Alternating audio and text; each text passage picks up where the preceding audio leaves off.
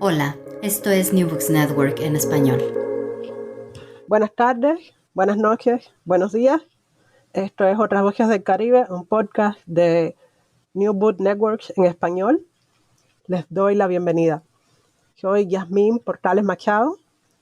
Estoy cerca del lago Michigan y hoy converso con Eric Mota Pérez, escritor de ciencia ficción de Cuba, para hablar de su universo Havana Underwater. Muchas gracias por estar con nosotros, Eric. Y muchas gracias a ti por invitarme. Ok, no voy a negar que esto es un gusto tremendo. Sigo tu obra desde hace años y ahora te voy a tener en récord para poder acusarte de cualquier cosa, espero que bonita, en el futuro. Empecemos por el principio. Las fichas básicas sobre ti dicen más o menos variaciones de Eric Mota Pérez, nacido en La Habana en 1975, licenciado en física por la Universidad de La Habana, astrónomo aficionado, escritor de ciencia ficción, editor, promotor, padre devoto. Esto es como el esqueleto, pero ¿nos puedes decir tú quién es Eric Mota? Bueno, es difícil que uno, definirse uno mismo, ¿no? Pero si tuviera que hacerlo, creo que en el fondo yo nunca he dejado de ser un científico, o al menos un estudiante de ciencia que se dedicó a contar historias o a hacer arte. El, lo que yo lo que yo siempre veo, ¿no? La manera en la que yo me aproximo a la ciencia ficción es una manera completamente científica. Yo, antes de escribir cualquier cosa, hago ecuaciones, reviso textos científicos. En cierta manera, yo me aproximo al arte de una manera científica, aunque no exactamente como lo haría un científico. O sea, no estamos buscando la verdad verídica, verificable mediante la investigación, sino que estoy haciendo arte, estoy contando una historia. Soy más un artista, un intelectual que un científico, pero mi método es lo más científico posible. Así que podría definirme como un estudiante de física que nunca se llegó a graduar de ciencias, sino que empezó a escribir. Creo que esa sería la definición más acorde a lo que soy yo. Vale, no, estaba acordándome de esa línea de la bala conserva su energía inercial. Ese es el tipo de línea que nunca veremos en un libro tuyo. No, nunca la verás en un libro mío. No, para nada. Yo soy extremadamente riguroso con esas cosas. Incluso como lector, cuando veo las cosas como lector o como televidente, cuando veo cualquier cosa de ciencia ficción, cuando hay algo que rompe con la física, algo se me rompe en mi interior y digo, no puedo seguir. De hecho, tengo una teoría muy particular para poder ver la saga de Rápido y Furioso. Yo considero que eso no sucede no solo en nuestro planeta, sino en nuestro universo. Ya, entonces Rápido y Furioso es ciencia ficción de baja intensidad. Sí, de cierta forma es ciencia ficción que se desarrolla en otro universo, en un universo donde las interacciones son diferentes y las leyes de Newton son distintas. Ah, Ya, bueno, y la gravedad es baja, de ahí los saltos y las cosas. sí. Pues esta parte de la gravedad baja y que la acción no responde a una reacción es como, yo creo que es básicamente todo lo que narra Hollywood de acción. Es así. Uy, Sí, posiblemente todas las películas de Hollywood de acción estén en el mismo universo, habría que ponerle un nombre. Los norteamericanos son mejores que nosotros para ponerle nombre a eso, no podría llamarse el Fast and Furious verso o algo así. Pero sí, casi todas las películas de acción tienen características comunes que son clichés, claramente. Pero yo, al meterlas en mi maquinaria mental científica, lo que digo es que es otro universo con unas leyes de la física distintas y solo así puedo disfrutarlas. pobre de ti. O sea, de cierta manera estás haciendo un argumento reverso a no enseñar, a favor de no enseñar física en la escuela, ¿no? O sea, Hollywood la va a pasar mejor. Sí, Pero probablemente no consigan tan buenos profesionales, buenos y buenas profesionales para su industria. Así que no, que se siga enseñando física en las escuelas.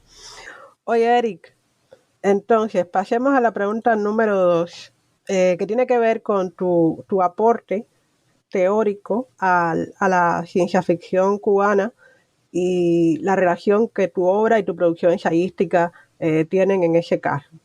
Tú dijiste en un artículo del 2011 que había varios aspectos que convergen en el ciberpunk, como la distopía, el posapocalipsis, la extrapolación de los miedos sociales y el esfuerzo estilístico en general para construir una prosa muy cercana al realismo. Y de cierta manera, quienes habíamos estado haciendo tu obra hasta ese momento, podíamos como ver un ejemplo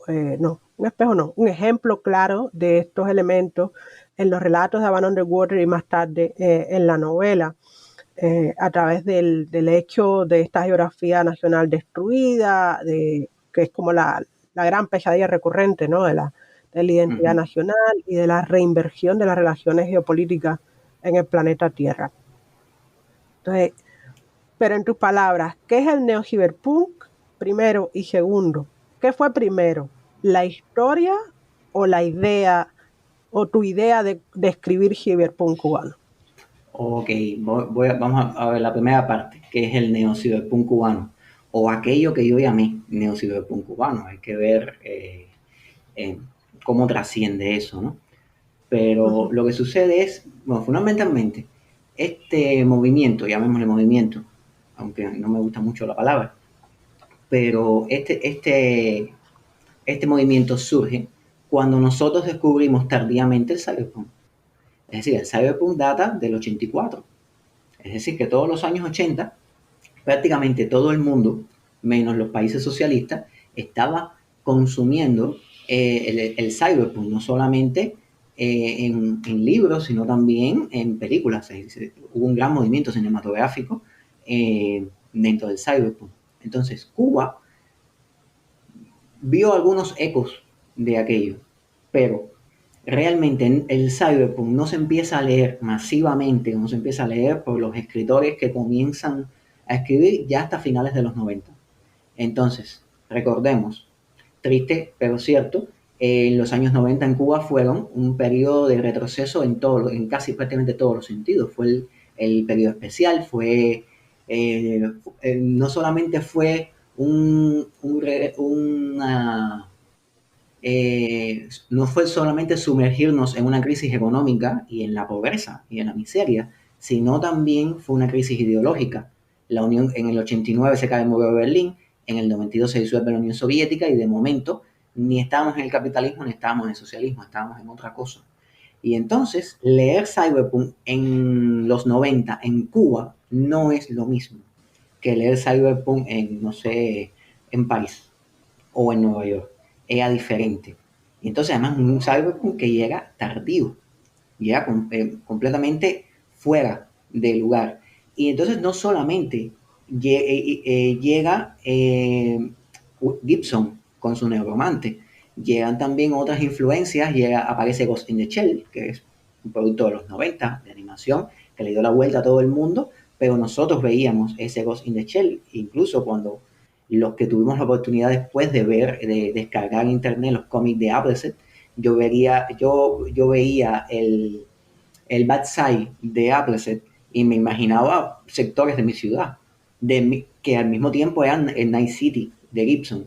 Y entonces toda esa conjunción de fenómenos, de fenómenos puramente sociales, asociados a la estética del cyberpunk, hacen que surja de manera natural, de manera espontánea, un cyberpunk diferente, un cyberpunk orientado políticamente. Recordemos, el cyberpunk es una historia semi-realista, es una aproximación semi-realista de la ciencia ficción y son historias asociadas a la decadencia, sobre todo a la decadencia social. Y eso en el tercer mundo crece bien. Ahora, generalmente en América Latina y en el Caribe, la decadencia sucede por sufrir el capitalismo o por sufrir la colonización. En Cuba es distinto. En Cuba sucede por sufrir el capitalismo, por sufrir políticas de mercado agresivas y prácticamente sin control, y también por sufrir el socialismo o la resaca del socialismo o lo que quedó del socialismo. Y entonces eso hace un cyberpunk con I latina, como yo le llamé, un cyberpunk diferente o un nuevo cyberpunk. A eso hay que adicionarle que estamos en el Caribe, que es distinto, que la religión no queda afuera, que no tenemos el pragmatismo norteamericano de estos son robots, estos son inteligencia artificial y hay personas que creen en Dios y los pobrecitos están ahí en su imagen. No, en Cuba las personas le ponen un trapo rojo a los carros para que no se les rompa, porque no hay piezas de repuesto. Eso es el espíritu del cyberpunk cubano. Eso no solo funciona en Cuba, funciona en el resto del mundo, pero el movimiento, digamos que nace en Cuba, porque en Cuba estoy yo y en Cuba es que lo empecé a ver. Después vi ecos al respecto, pero la parte mágico-religiosa, la parte devota de la religión y cómo la religión contamina la realidad y la vida diaria, eso es único de esta tierra, eso no existe en la literatura de ciencia ficción norteamericana y por eso es que yo considero que podemos hablar de un neo-cyberpunk caribeño, al menos. Posiblemente sea un neo-cyberpunk americano. O sea, estamos hablando de que América Latina tiene una idiosincrasia diferente y sufre de manera distinta los problemas de la modernidad y responde a eso.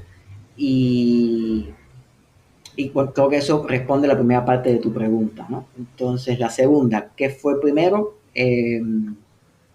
¿Podrías repetirme la segunda parte de la pregunta, Yasmín? ¿Qué fue primero? ¿La anécdota, el argumento de Van Underwater o la idea de Eric de yo quiero convertir el cyberpunk en algo nacional? ¿Cómo lo voy a hacer? Porque yo confieso que a mí me llegan las ideas. Yo veo personajes en sus ambientes y trato de escribirlos. Pero hay gente que tiene procesos intelectuales diferentes. Bueno, fue parte y parte. Estaba la anécdota, confieso que muchos de los personajes son personajes reales, es decir, inspirados en personas que conocí con mi servicio militar, que conocí cuando estaba estudiando en el premilitar, cuando estaba haciendo las pruebas de ingreso para la universidad.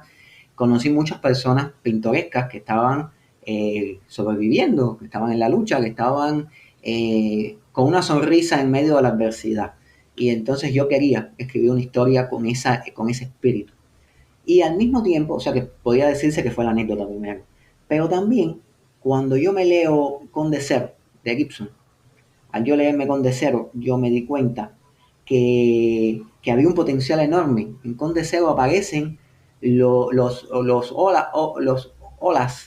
oas del vudú haitiano, que al final son inteligencias artificiales disfrazadas de olas. Eso no me gustaba, pero yo decía, mi país tiene, para empezar, una complejidad cultural enorme. Si yo hago esto con los orichas, sería mucho más, sería mucho más complejo. Y además, mi país es distinto, es diferente, es extraordinariamente diverso. Y entonces hay que hacer un cyberpunk distinto. Había esa necesidad, yo leía el cyberpunk que encontraba, incluso no solamente Gibson y los clásicos, ya en esa época estaba Neal Stephenson, otros autores de lo que ellos se hicieron llamar el neo-cyberpunk, que no me llenaban, que a mí como lector caribeño me parecía que no era suficiente, que faltaba algo ahí. Y entonces, bueno, cuando falta algo, no lo busques más, hazlo tú mismo, ¿no? Entonces, creo que fueron las dos cosas. Creo que esa anécdota podía haber terminado en otro tipo de historia, pero la necesidad de hacer mi versión, la versión cubana, coger ese cyberpunk, echarlo a perder y convertirlo en cyberpunk, esa necesidad mezclada con la historia que ya existía y mezclada con todos los sentimientos encontrados que yo tenía en esa época, sentimientos de corte político, de corte ideológico, de corte religioso, de muchos tipos, ¿no? Entonces, en cierta forma, Van Underwater me ayudó a canalizar muchas emociones, a suavizar muchos odios, a ver la realidad de una manera más asombrosamente esperanzadora. Wow, ok, eso no lo esperaba. Volveremos sobre el asunto de tu relación con la religión. Ajá. Seamos honestos, de nuestra relación con la religión y cómo se proyecta en A Van Underwater más adelante. ahora quiero ir en otra dirección. Oye, Eric, mira, yo, bueno, tú sabes que ahora me dedico estoy en la Universidad Northwestern con nuestra común colega Emily Maguire. Un saludo para Emily desde Saludos, acá. Emily.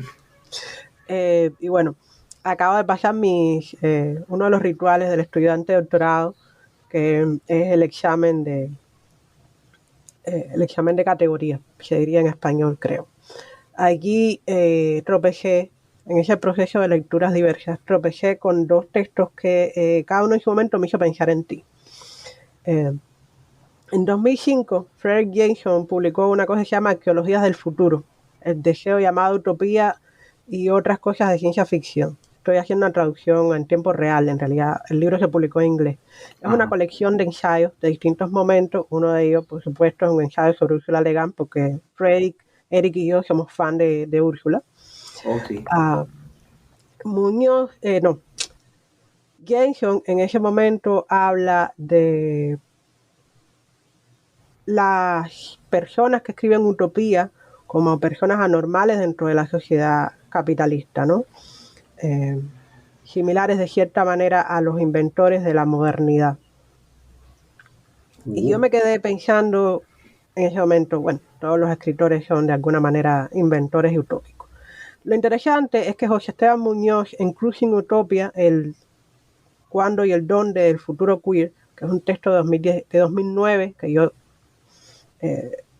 encontré mucho después, cita a Jameson y reinterpreta la idea del utópico o de la persona que crea utopías como un anormal y lo reinserta dentro de la lógica queer, en el sentido del queer como subversión de la realidad, es reinvención, búsqueda de la justicia y de la posibilidad de felicidad, ¿no? Y dice que quien crea utopías intenta participar en una hermenéutica que desea describir un futuro colectivo, una noción de futuridad que funciona al mismo tiempo como crítica histórica materialista, pues pone en cuestionamiento la lógica epistemológica de la realidad y todo lo que caracteriza supuestamente a la realidad. Yo creo que esto es especialmente cierto para quienes escriben ciencia ficción. Sí. Entonces, mi pregunta sería, y tú sabes que esto es algo que te he preguntado varias veces de distintas maneras, ¿es tu cyberpunk cubano, específicamente el universo de Van Underwater, un proyecto queer en el sentido de que tú estás intentando construir un universo diferente y potencialmente más justo que el que tenemos? Creo que la respuesta sería sí. Creo que sí. Vamos a desarrollarla. Pues no es algo que me haya sentado a pensar, ¿no? Yo simplemente escribí y soñé. Soñé primero y después escribí. O soñaba mientras escribía, eso nunca queda claro. Pero creo que sí.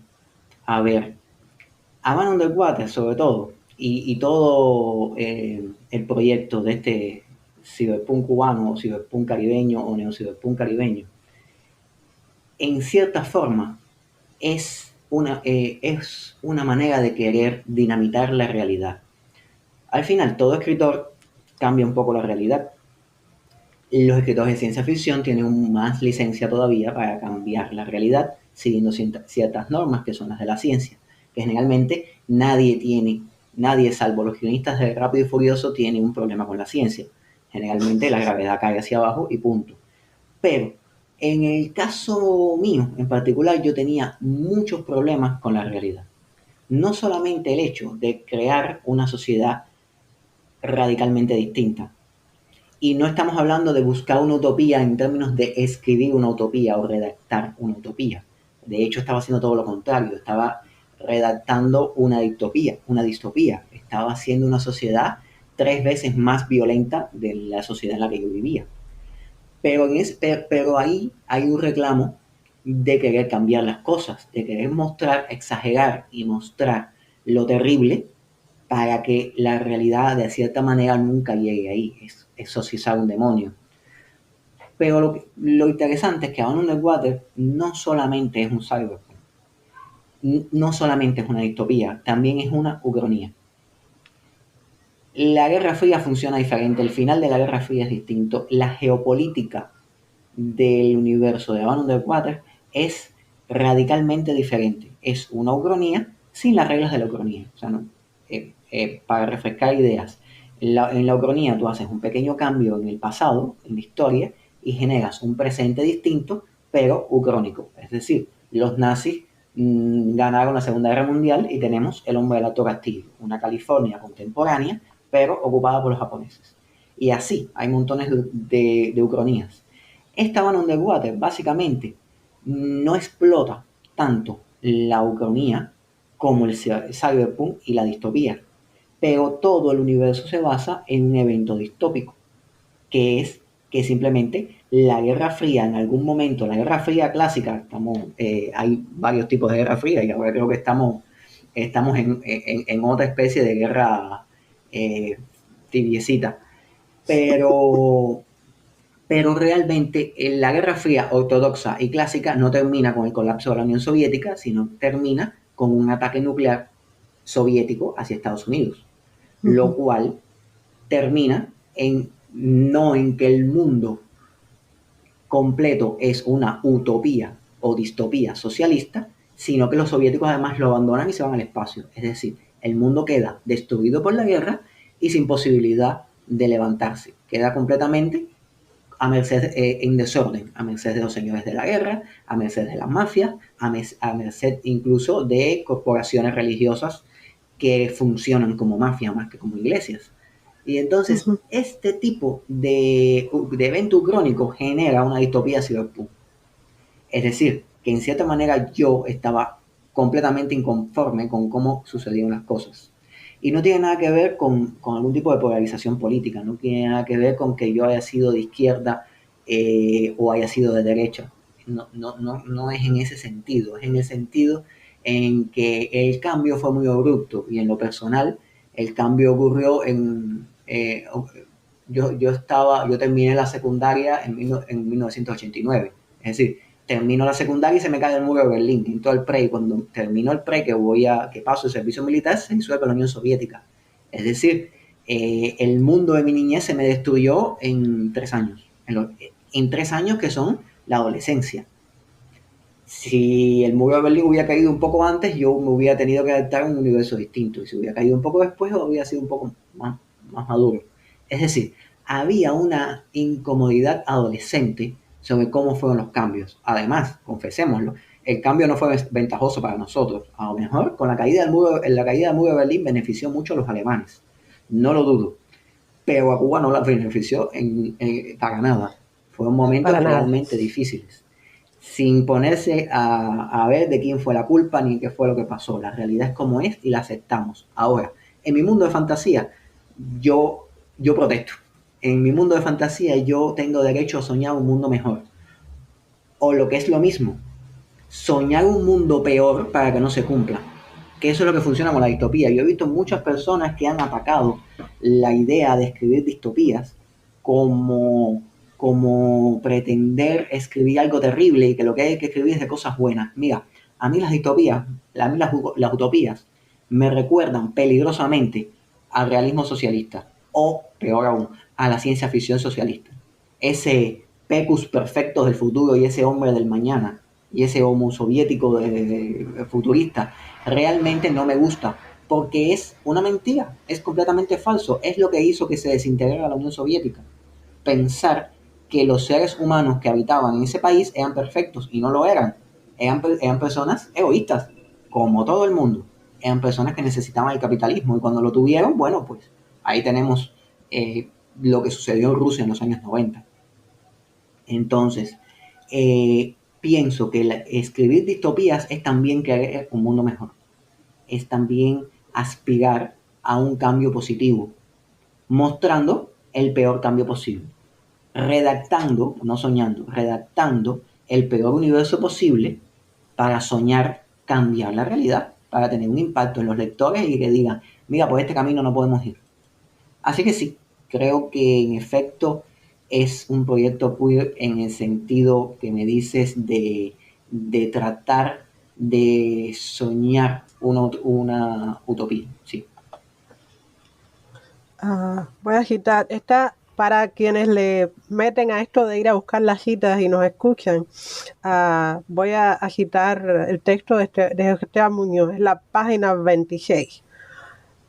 The queer utopian creator attempts to participate in an hermeneutic that wishes to describe a collective futurity, a notion of futurity that functions as a historical materialistic critique, and call into question what is epistemologically there and signal a highly ephemeral ontological field that can be characterized as doing in futurity. Fin de la cita. Para quienes disfrutan ese tipo de cosas. José Esteban, donde quiera que estés, muchas gracias por habernos legado frases tan buenas que sirven para entender mejor las locuras que escribimos en el Caribe. Sí. ¿Qué tipo era? Muy cierto. Oíme, Eric, esto nos lleva de cierta manera de vuelta a tu relación, bueno, a nuestra relación con dos elementos que son súper importantes en la cultura cubana. Uno es el legado de la esclavitud y el otro es el legado de nuestra propia religión. A mí me encanta esto de decir que vengo de un país que tiene el extraño honor de haber inventado una religión y de haber puesto al mundo al borde de la guerra nuclear. Cierto. Somos geniales. Somos lo máximo. Oye, Eric, hay una cosa que va y viene en tus textos, que Rachel Price nota en su libro Planet Cuba, Art, Culture and the Future of the Island, de Verso Book 2015, que admito que yo no había reparado en ello hasta que leí el comentario de Rachel sobre el universo Van Underwater. Probablemente es un punto ciego porque yo soy parte de la cultura que tú describes de una manera extrañada en ese texto, ¿no? Rachel se refiere al espectro de la esclavitud, que está asociada en Cuba, por supuesto, a la racialización y al tráfico humano, a la explotación de las personas africanas y afrodescendientes para la construcción de la floreciente economía que justificó tanta guerra y tanta sangre después. En el caso específico de Van Underwater, la esclavitud toma una nueva forma porque los orichas, que son inteligencias artificiales que viven en la red, poseen personas para poder caminar por las calles del universo material. Entonces, mi pregunta en ese sentido, ¿era inevitable que tú hablaras del legado de la esclavitud y del racismo en tu texto? ¿O crees que podrías haberlo evitado y lo hiciste porque eso te importa? Bueno, pienso que es inevitable tocar el tema de la esclavitud por muchos aspectos, ¿no?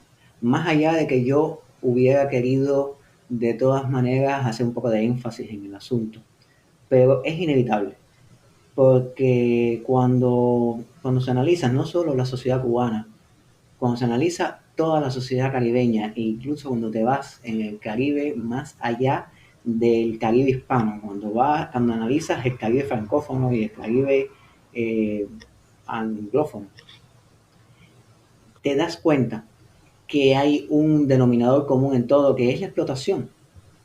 Todo el Caribe tuvo el mismo tipo de explotación, sin importar la metrópoli. Lo que variaban eran simplemente las políticas en determinadas cosas, ¿no? O sea, pero la explotación fue la misma. Y la explotación continuada llega un momento en que hace un tipo de relación con el poder. Es decir, el poder se relaciona con los de abajo siempre de la misma manera. Y el de abajo tiene una resistencia y una tolerancia hacia el poder que siempre es más o menos la misma. Entonces, ¿qué sucede? Que el más terrible legado que tiene la esclavitud es que no desaparece con la abolición de ella. Es decir, tú tú eliminas la esclavitud y la esclavitud sigue estando ahí. Las relaciones amo-esclavo siguen estando presentes. Y entonces podemos hablar de un periodo de esclavitud real, es decir, un tipo de esclavitud institucional, pero después que se terminó el periodo de la esclavitud institucional, siguió habiendo una esclavitud. Podemos analizar prácticamente muchas relaciones de trabajo que existían en el periodo capitalista de la República Cubana o en Puerto Rico también puede haber ocurrido. O sea, conozco casos en los que pasó, en los cuales los trabajadores cañeros les pagaban, pero les pagaban con una moneda que no era una moneda real, que solo podían comprar en la tienda del central. Ujú. O sea que existe un tipo de esclavitud y podemos hacerlo extensivo hasta nuestros días. Hay una relación de esclavitud constantemente.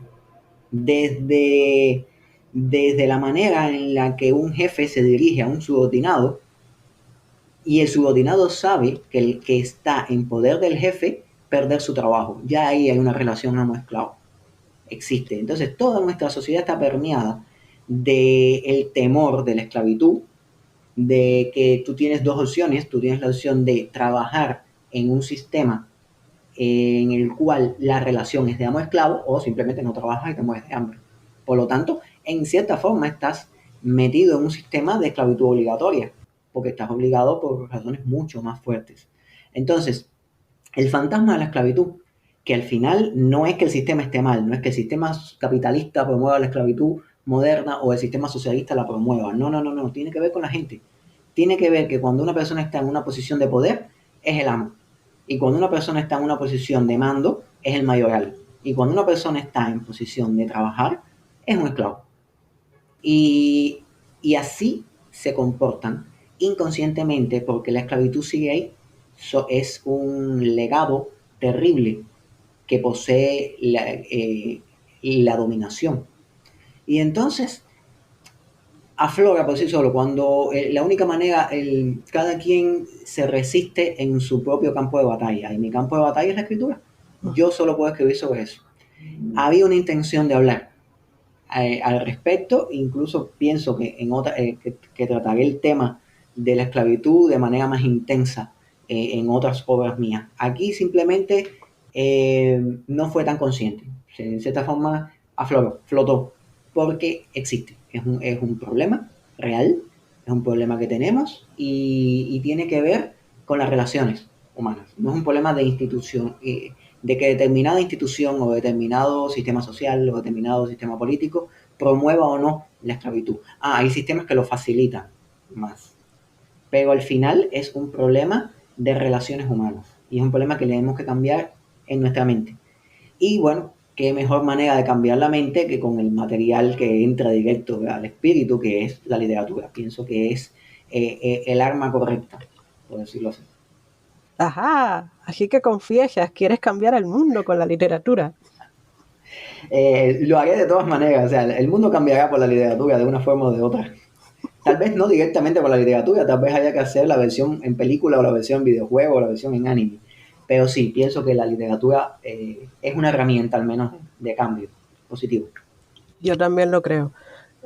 Y me alegra que estemos aquí hablando de eso, de cómo la literatura cambia nuestros mundos y puede cambiar el mundo de otras personas también. Eric, esta es casi la última pregunta que te voy a hacer en esta charla. Al principio de nuestra conversación mencionaste que tú sentías inconformidad no solo con tu realidad, sino también con tu religión, con tus experiencias espirituales. Es llamativo que en A Band on the Water no solo casi todos los personajes tienen algún tipo o parecen tener algún tipo de creencia religiosa, sino que las divinidades del panteón cubano han cobrado vida como inteligencias artificiales producto de la evolución. No que la evolución de entidades autoconscientes, racionales dentro de la Internet sea una cosa extremadamente novedosa, pero sin duda el giro que tú le das es inesperado. Sobre todo era inesperado en 2010. Y también es inesperada la resistencia dentro de la fe que manifiestan muchos de sus personajes. ¿Puedes hablarme un poco de eso? Acerca de la extraña relación de creencia crítica que tienen tus personajes. Bueno,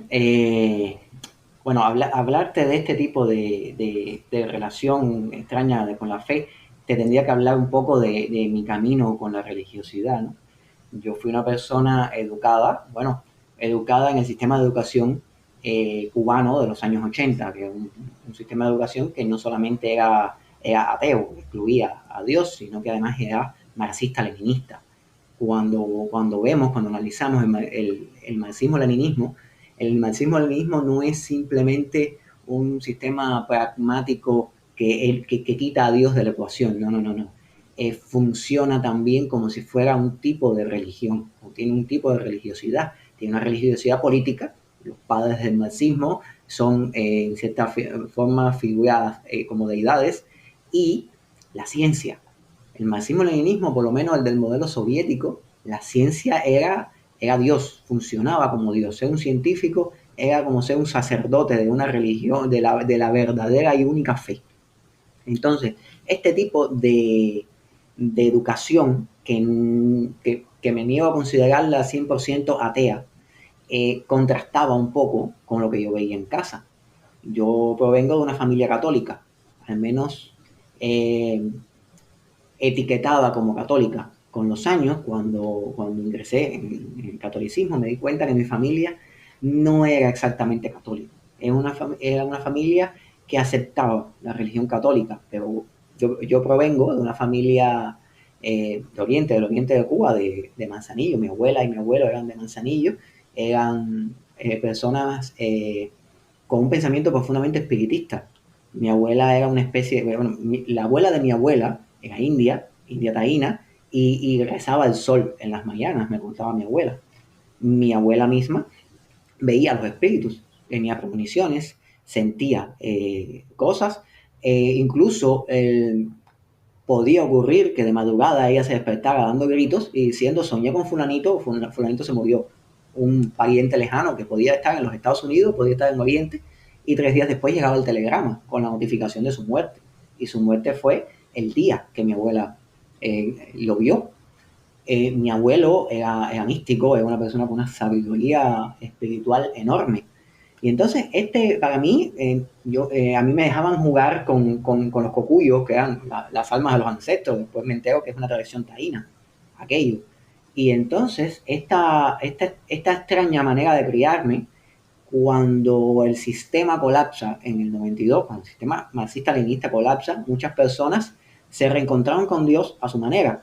Y para mí fue como que un proceso un poco más natural, porque ya yo tenía una extraña religiosidad ahí, una conciencia de la espiritualidad, pero al mismo tiempo me quedaba claro que esta espiritualidad tenía unas reglas, y unas reglas casi científicas. Lo empecé a ver de una manera bastante científica, y entonces pude apreciar, ¿no?, que la sociedad cubana es una sociedad muy diversa en términos de fe, y también muy tolerante, asombrosamente tolerante. Tal vez exista un discurso intolerante en algunos líderes religiosos, pero la sociedad es tolerante. Es decir, he visto a católicos decir: tienes que ir a ver un babalao. Y he visto a babalaos decir: pero mira, todo proviene de Dios. Y he visto personas extremadamente materialistas que cuando 3 veces le sucede algo malo dicen: tengo que ir a Guanabacoa, tengo que ir a registrarme. Y entonces, este tipo de compatibilidad entre ambas fe, que parece prácticamente una compatibilidad de lenguajes de programación y de sistemas, es lo que genera en las personas no solo una tolerancia, sino también eso que tú llamas fe crítica. Hay una fe, pero también existe un sistema. La fe proviene de un sistema. Y supongo que dentro de mi mente habita la espiritualidad y habita la verdad científica, y no hay ningún problema con ello, porque la espiritualidad también tiene reglas igual que lo tiene la ciencia. Y simplemente no podemos medir a Dios, no podemos demostrar su existencia, pero eso no significa que no exista, y no significa que los sistemas religiosos no tengan su regla más allá de toda fe. Entonces, bueno, esto me ha ayudado mucho en mi fe, en mi religión, en lo personal, y también me ha alejado del fanatismo, supongo. Supongo que ver la vida de esta manera espiritual y pragmática al mismo tiempo, que es como la ve el universo Yoruba. El universo Yoruba es un universo completamente pragmático y al mismo tiempo espiritual. Las deidades existen, existen los hechizos, existen la espiritualidad, existen los orichas, pero al mismo tiempo todo tiene una regla. Al mismo tiempo hay que tener los pies en la tierra, no es simplemente no tenemos comida, vamos a rezar para que nos traiga comida. No, hay que hacer algo. Rezamos para que la búsqueda de la comida llegue a buen término.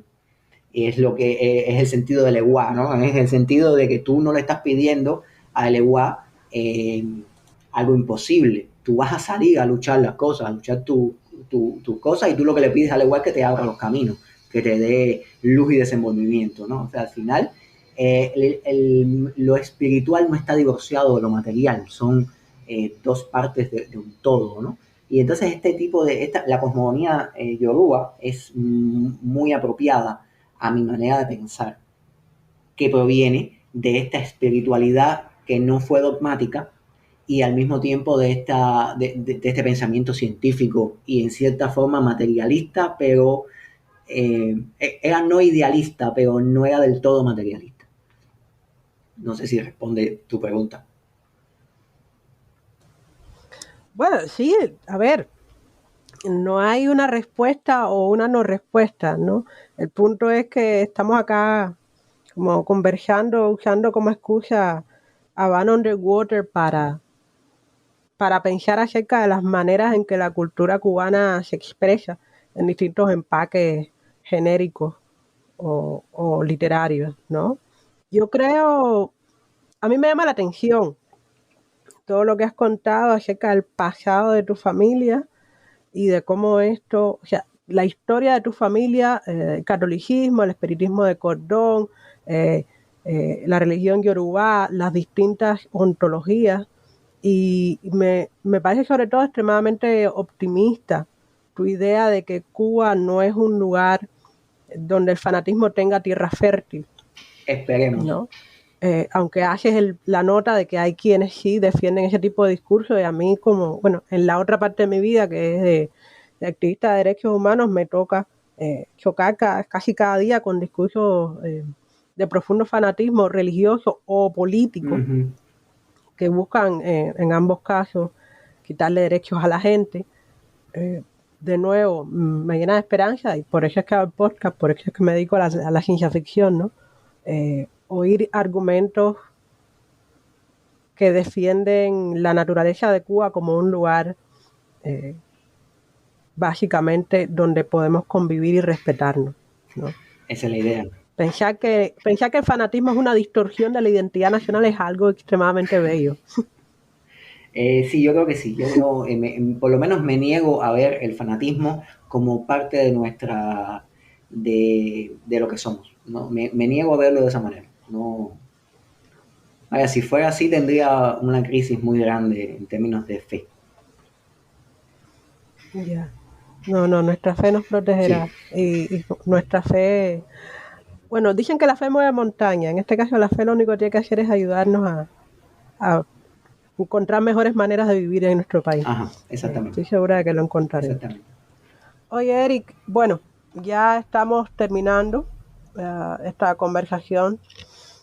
Quiero, antes de la última pregunta, darte muchas gracias por el tiempo que nos has dedicado. Entonces, la pregunta obligatoria en esta circunstancia es, ¿qué estás haciendo ahora, Eric? Bueno,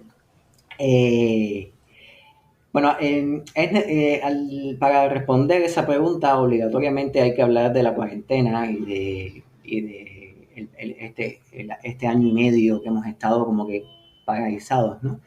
Y bueno, primeramente, para un escritor una cuarentena, más allá de todo lo desastroso y lo terrible que tiene, es la oportunidad de poder sentarte a escribir la novela que tú siempre has querido escribir sin que nadie te moleste. Y bueno, no ha sido, lo de que nadie te moleste no ha sido 100% cierto, pero he tenido más tiempo de escribir, he podido terminar algunos proyectos, finalmente terminé un proyecto de escribir una novela de fantasía heroica que siempre he querido escribir. Creo que desde el año 2000 son las primeras notas de una novela de fantasía heroica. Y bueno, terminé en 2021, así que son 21 años de trabajo no ininterrumpido. Trabajo de a poco, de investigación sobre todo. Yo siempre he querido hacer una novela de fantasía heroica, y siempre he querido hacer una novela de fantasía heroica sin caballeros europeos, o sea, sin eurocentrismo alguno. Y entonces he logrado finalmente una novela en la cual he logrado recrear una estética de fantasía heroica, una estética africana y una estética taína al mismo tiempo. Y es la novela de ciencia ficción de fantasía heroica, perdón, que siempre quise escribir, porque se sale del foco de lo que todo el mundo conoce y etiqueta como fantasía heroica, ¿no? Y entonces me sentí muy bien al terminarla. Todavía no está en fase editorial ni nada por el estilo, está en proceso de revisión, pero sí está concluido eso. También hice una novela dentro de la estética del steampunk y el siglo XIX cubano, una novela muy caribeña, ¿no? Muy orientada al Caribe. Y entonces, bueno, sí, este año de cuarentena ha sido para mí muy bueno, no solamente en términos de que he podido escribir muchas cosas, he podido dedicarle tiempo, he podido cerrar capítulos en muchos proyectos intermitentes que tenía, sino que también he podido centrarme en promocionar la lectura, en hacer trabajo en las redes sociales, promoviendo la lectura, promoviendo la ciencia ficción. He entrado en algunos proyectos de antología que bueno, ahora entre la cuarentena, la crisis del papel y el libro electrónico, todavía no hay una luz al final del túnel para los proyectos de antología, pero sí, con Alejandro hice un proyecto de relatos de ciencia ficción cubana. Con Rafael Grillo tengo un proyecto de relatos de cyberpunk cubano, y con los muchachos de la Sociedad Dominicana de Ciencia Ficción y Fantasía tengo un proyecto de afrofuturismo, de hacer una antología afrofuturista centrada en el Caribe. Y bueno, son proyectos que poco a poco iré avisando cuando vayan encontrando destino, ¿no? Encontrando, ya se vayan concretando en libros, propiamente dicho. Y bueno, las buenas noticias es que finalmente A Man Underwater va a volver a salir, una reedición más completa, más revisada. Bueno, va a salir por dos editoriales distintas, ¿no? Por Indómita Luz, una editorial argentina, saldrá A Man Underwater. La primera parte es una versión revisada y con más capítulos, como que la novela que salió por Atom Press de 2010 fue la novela tal y como salió de mi mente, y esta es como que la novela después de correcciones hechas 5 años después, con calma, cerrando algunos puntos, y será como que A Man Underwater la edición definitiva, ¿no? Y por Hypermedia saldrá también A Man Underwater, pero esta vez no solo A Man Underwater, la A Man Underwater clásica, que ahora se llama A Man Underwater Desconectado, primera parte, porque terminé la trilogía de A Man Underwater, es decir, la que todo el mundo conoce como... Pausa. Sí. Eric terminó la trilogía. ¡Sí! Sí, terminé la trilogía. 2 segundos. ¡Ah! Me desmayo, estoy en un concierto de los Beatles. ¡Sí! Pausa. Ahora, Eric, sigue hablando. La trilogía, la que conocemos ahora como A Man Underwater, es Desconectado. Es A Man Underwater, primera parte, Desconectado. Después, su segunda parte sería Los propios rusos, y la tercera parte, $1 para la Virgen. Y eso sería la trilogía de A Man Underwater, que saldrá próximamente por Hypermedia. Próximamente, no tengo una fecha todavía. Recordemos que con el mundo editorial está cambiando todavía con el asunto de la pandemia, y no tengo una fecha todavía para decirte tal día hacemos el lanzamiento y va adelante A Man Underwater. No, todavía no puedo decir eso, depende de cosas por encima de mí, ¿no? De cosas que tienen que ver con el mercado editorial, etcétera. Pero sí, próximamente, coming soon, las 3 tomos de Van Underwater, finalmente, finalmente. No me detendré ahí, seguiré avanzando por la cultura de mi país, o sea, el universo de Van Underwater no se va a detener. Haré Santa Clara Autónoma, o sea, pretendo hacer 3 novelas con la trilogía de la Iglesia de la Guerrilla en Santa Clara Autónoma, eh, y, y 3 en Santiago Autónomo, dentro del mismo universo de Underwater, pero todavía estamos en el proyecto, todavía no he pasado de las 30 cuartillas en ese proyecto.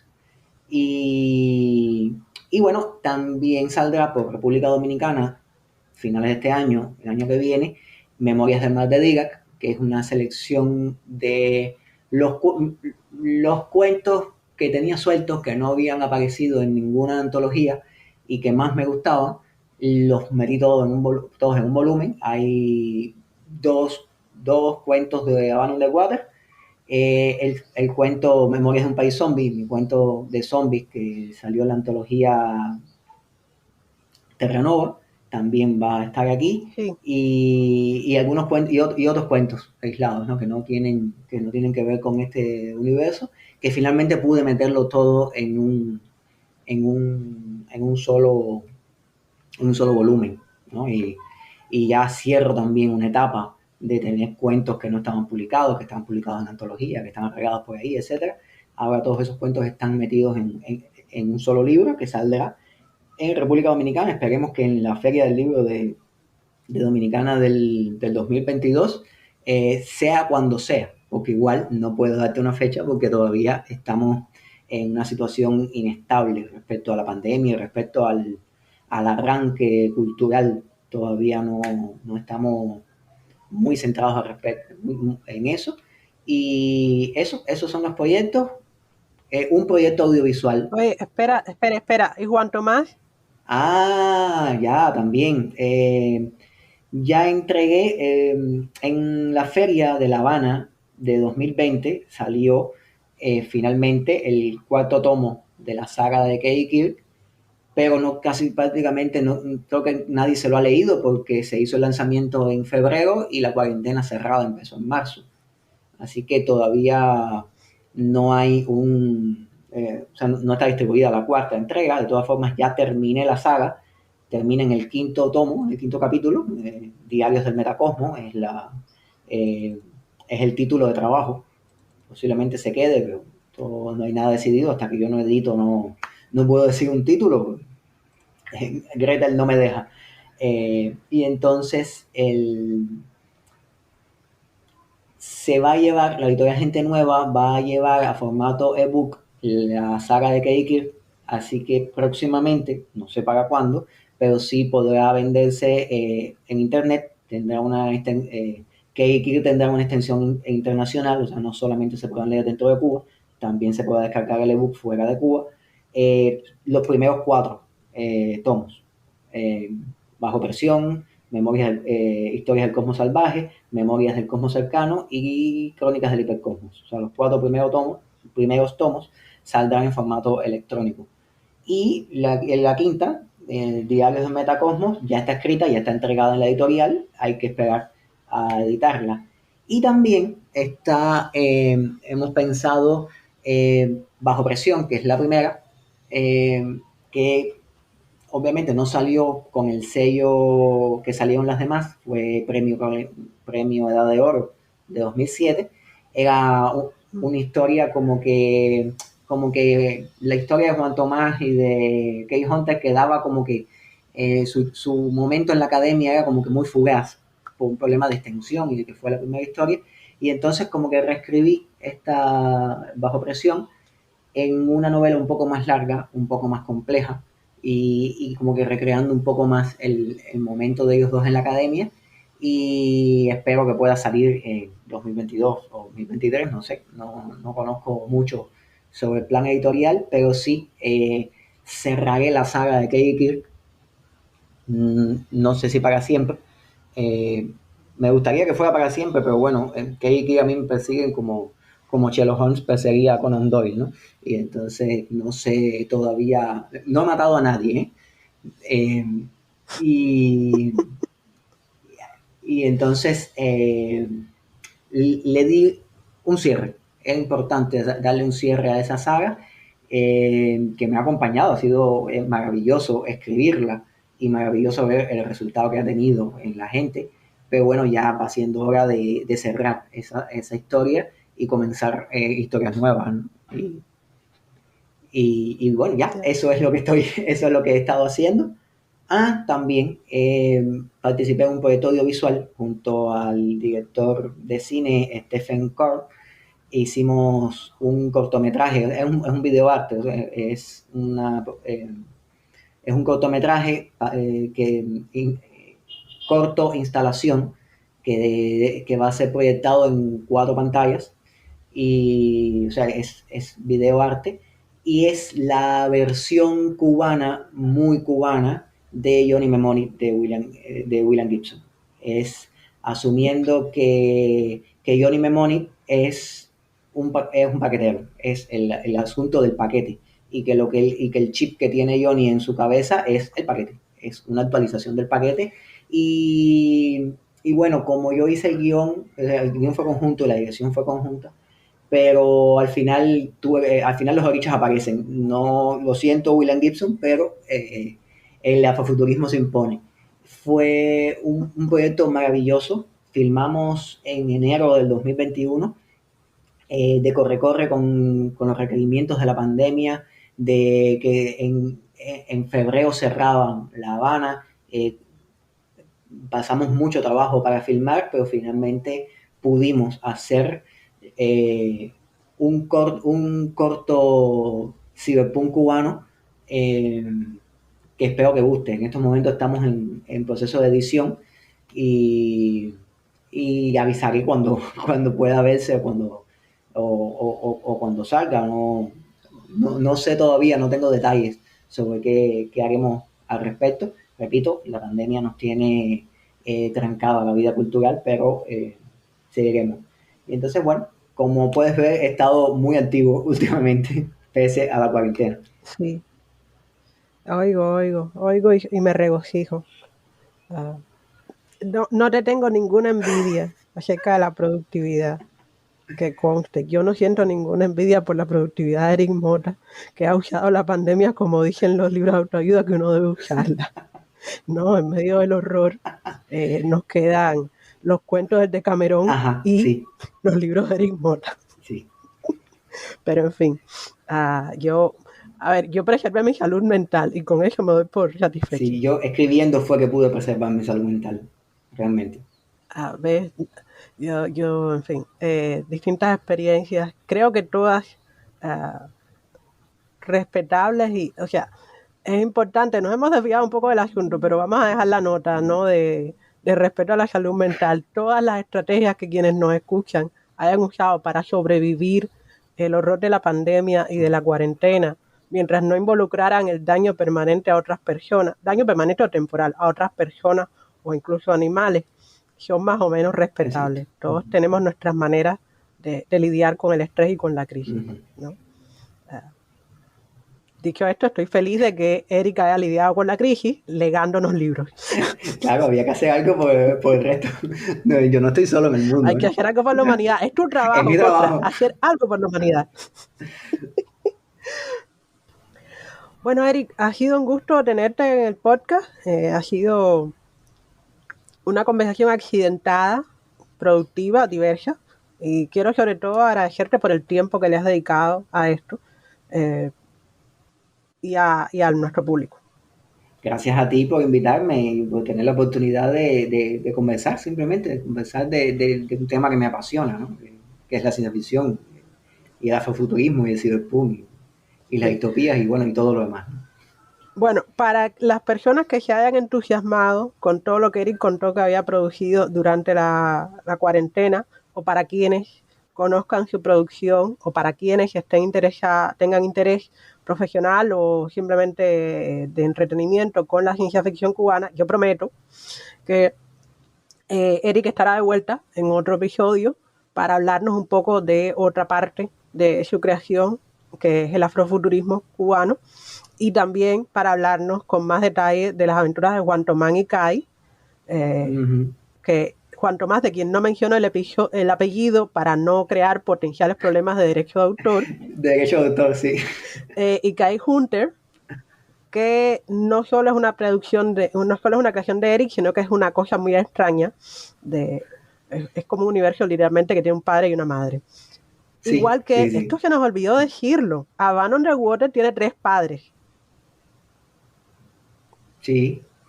No, porque A Van Underwater es una variación de GH, que es un juego de rol, y A Van Underwater y GH son escenarios en los que han escrito el Josh, Eric y Vladimir, ¿no? Y Vladimir, no, eso yo siempre lo diré, y claramente, de no ser por Vladimir y por Josh, que comenzaron esa idea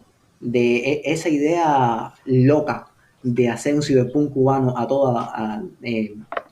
cueste lo que cueste, porque hace falta hacer un cyberpunk cubano. Eso fue lo que me inspiró a mí. Se lo he dicho a ellos varias veces, se lo he dicho a Vladimir, pero de todas formas quiero que quede claro que de no ser por ellos yo jamás habría podido hacer A Van Underwater. A Van Underwater está sobre los hombros de esos gigantes, que fueron los primeros intentos de cyberpunk cubano. Bueno, y ahora me quedé yo con el compromiso de mirar a Vladimir y a Josh. Sí, no, sí. Que esto de la honestidad intelectual apesta, chicos. Lo obliga a uno a cada cosa. En fin, vamos a terminar con esa nota. La honestidad intelectual apesta, pero es necesaria. ¿Okay? Pero es necesaria. Es necesaria. Sin ella, en realidad, no dormimos bien. No estoy segura de eso. Pero bueno. Ay, Dios mío. Te quiero, Eric. Muchísimas gracias por haber estado con nosotras. Bueno, gracias a ti por invitarme. Ok, saludos a la familia. Esto ha sido Otras Voces del Caribe, un podcast de New Books Networks en español, una producción que se realiza desde las orillas del lago Michigan. Tengan buenas tardes, buenas noches o buenos días y espero que regresen. Gracias por escuchar New Books Network en español.